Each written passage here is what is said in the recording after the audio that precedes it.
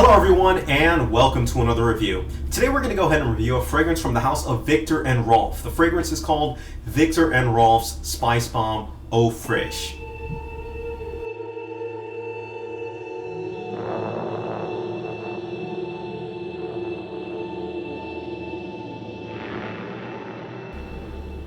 Now, the Eau Fraiche version was released in 2014. It's a little bit of an exclusive type release that was originally released, I believe, as a Nordstrom exclusive, and then you can kind of find it a couple other places, but a little bit more for an inflated price. So this one's a little bit hard to find in terms of on the market for its retail price, which right now is pretty much one size at 3 ounces, going for $98. I've seen it around some other sites being resold, the 3 ounce, for like $150 plus.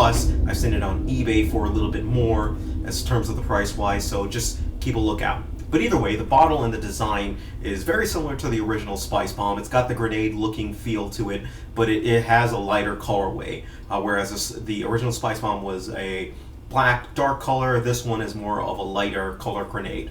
So other than that, it's pretty much the same actual bottle design.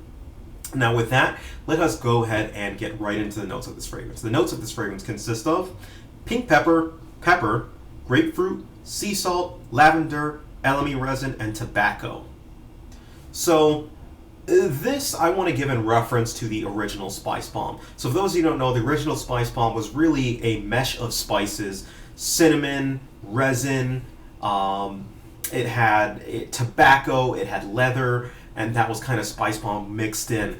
And it really was a pleasant smelling scent. And this actually retains a lot of the same qualities, even though they're not listed. You kind of get a little bit of leather feel, a cinnamon feel, even though cinnamon's not listed into it. And right when you spray it, actually, the one thing that the original Spicebomb didn't have that I couldn't really smell was the citrus. The citrus was in the original Spicebomb notes. I just never really got it. Now, Spicebomb Eau Fraiche, on the other hand, right off the bat, you smell the grapefruit. The grapefruit comes at you and slaps you in the face. The grapefruit, the pepper note comes at you really hard. The other note that brings up heavily in this fragrance is the elemi resin. I can recognize that resin from anywhere. So I get grapefruit, pink pepper, and resin kind of ramped up immediately. That said, the rest of the fragrance almost smells exactly like the original Spicebomb. So this is like the original Spicebomb with an enhanced grapefruit and resin note. That's really what I get from Eau Fraiche, which is, in a couple of words, it's really disappointing for me because I was expecting more of a fresh fragrance rather than a fragrance with some of the notes kind of amped up. And it's just because Spicebomb, while a good smelling fragrance, didn't really kick me and acknowledge as just a fragrance that really stood out on its own. So Eau Fraiche, I was really expecting to kind of stand out a little more on its own, whereas it actually doesn't. But the other thing that happens with Eau Fraiche is, despite the fact that it does smell the same, it does not have the same power to it. So the original Spicebomb has power to it, whereas this one, it'll last on my skin about 4 or 5 hours, and then it's gone from there. 4 or 5 hours, and I think the maximum that I got it to last on my skin was 7. And the projection, it's not all there. It may smell like it's projecting a lot, but this one actually does not project on my skin well at all. Oh, I wouldn't say well, it doesn't project to the same degree that the original Spicebomb does. So it basically is a weaker version of Spicebomb with an amped up grapefruit and resin note. That's the best way I can actually describe this one. As such, I go between 3 and 4 sprays generally. I think this is a good casual night out fragrance that you can wear year round. The original Spicebomb, again, I thought was a little bit too strong for the summer months, and I personally wouldn't recommend it to anyone to wear in the summer. Pretty much strictly a fall and winter fragrance, whereas Spicebomb Eau Fraiche, I actually can see you wearing this one year round. So it's a little bit easier to wear on that aspect. Age group, any age group can go ahead and pull this one off. And as far as compliments goes, I got 1 compliment it was from it. And the compliment, it was a decent compliment, so I'm not going to put it down like it was, too bad from it. And this does seem to be able to get a decent amount of compliments the way that Spicebomb can. So I think with enough given time, a higher sample size, that you will probably have relatively the same amount of success with compliments with Spicebomb that you will with Spicebomb Eau Fraiche, with the fresh version of Spicebomb. So overall, I'm gonna have to say that as a release, I thought that Eau Fraiche could have been more. So with that, let's go ahead and get right on to the rating of this fragrance. The rating of this fragrance, I'm going to go ahead and give this one is a 7 out of 10. The original Spicebomb got an 8 out of 10. Eau Fraiche gets a 7 out of 10 and could have got a 6 out of 10. There are a couple things going against it. Number one, well, let's start with the positive. The positive, I think it's still a great smelling fragrance.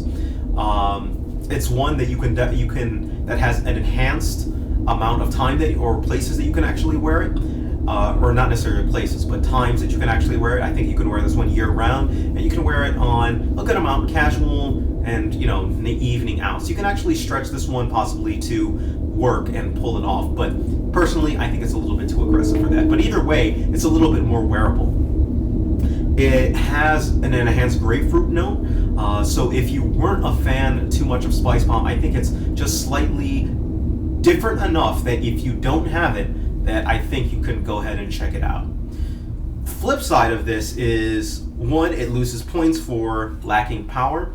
I really hate it when fragrance companies come in, and I mean, it has a fresh version, so that's why I didn't actually when I said loses points, I mean, to me, negatives. And what I mean by that, I didn't actually take points off for it not having the power because it's a fresh version. I kind of expected it not to have the same power, but I expected it to be a little bit more fresh than it actually is. That's what it loses points for. It loses points for not being as fresh as it could possibly be. It loses points for the original. The original still smells better in my opinion.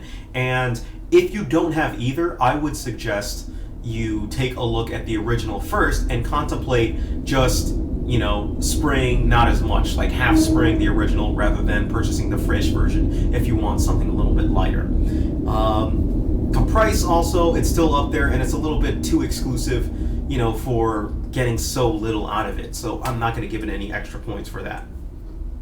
So, yeah, so that's my rating. I'm going to give it a 7 out of 10. I think it's a worthwhile fragrance to take a look into. If you have original Spicebomb, I don't think you need Eau Fraiche or you need to add that to your collection because I think they're a little bit too similar in that vein for it. They're definitely their own difference of a fragrance, and I think if you put one against the other, I would be able to tell the difference, but I still think that there's no real reason to go for Eau Fraiche if you have the original Spicebomb. All right? If you have any questions whatsoever, please feel free, send me a note, leave me a message, do what you got to do. Thank you, take care of yourselves, and have a great day.